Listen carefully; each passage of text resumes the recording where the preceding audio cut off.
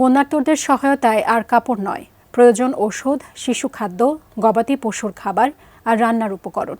ঢাকা বিশ্ববিদ্যালয়ের টিএসসিতে ত্রাণ সংগ্রহের ৮ম দিনে শুধু রাজধানীর মানুষ আর প্রতিষ্ঠানই নয়, দূর দূরান্ত থেকেও শিক্ষার্থী, নানা সংগঠন তাদের সংগ্রহ করা অর্থ আর ত্রাণ পৌঁছে দিচ্ছেন সেখানে।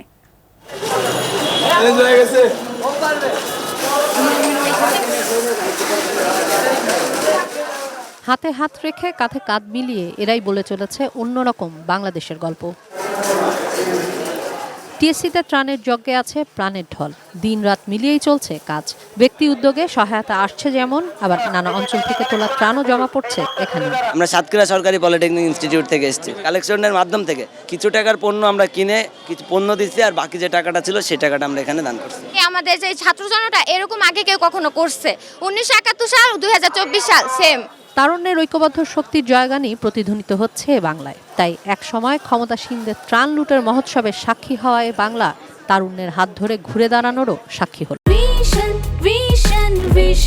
100% কপার কন্ডেন্সারে তৈরি ভিশন ফ্রিজ, তাই গুণে মানে অটুট থাকে বছরের পর বছর। আমি গুলশানেই ওখানে দিতে পারতাম, স্টিল আমি এখানে এসেছি পুরনো। টাকাটা তোমাকে কে দিতে দিয়েছে? আমাকে দিয়েছে। আচ্ছা, ওর ব্যাংকটা নিয়ে এসে দিবে, ব্যাংকেও খেলনার জন্য টাকা জমায়, যেহেতু খুব কম জমাইছে এই জন্য বললাম ঠিক আছে চলো তুমি দেখো, পরে আরো বেশি হলে হবে। টিএসসি প্রাঙ্গণে স্তূপ হওয়া এসব বস্তায় শুধুই কাপড়, তাই বন্যার্তদের সহায়তায় ত্রাণ হিসাবে আর কাপড় না দেওয়ার কথা বলছেন সমন্বয়করা। এই কাপড়গুলো হচ্ছে গিয়ে যেখানে বন্যার্তদের কাছে আমরা যতটুকু প্রয়োজন ওনাদেরকে দিয়েছি, বাকিগুলো দিচ্ছি না, বিকজ অফ তাদের কাছে এখন তারা বলতেছে তাদের খাবারটা বেশি প্রয়োজন, কাপড়টা না। যার কারণে এটা আমরা সেনাবাহিনীদের কাছে হস্তান্তর করতেছি, তারা পরবর্তীতে এটার একটা বন্টন করবেন।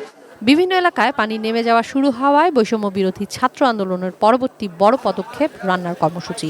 তাই তা সফলে যা প্রয়োজন এই মুহূর্তে সেটাই ত্রাণ হিসেবে দেওয়ার আহ্বান জানাচ্ছেন সমন্বয়করা। চাল, ডাল, তেল, পেঁয়াজ, আলু এবং মশলা যেগুলো লাগে রান্না করতে, এগুলোর বেশি প্রয়োজন। আমাদের পাশাপাশি আমাদের আরেকটা জিনিস খুব বেশি প্রয়োজন, সেটি হচ্ছে শিশু খাদ্য এবং শিশুদের জন্য ডায়াপারেরও দরকার। এখানে অনেক অপ্রতুল খাবার অনেক জায়গায় পাওয়া যাচ্ছে না, তো সেই কারণে আপনারা যেভাবে পারেন, যেখান থেকে পারেন আমাদের এই খাদ্যদ্রব্যাদি দিয়ে সহযোগিতা করুন। কিশোর জাহান, এটিএন নিউজ, ঢাকা।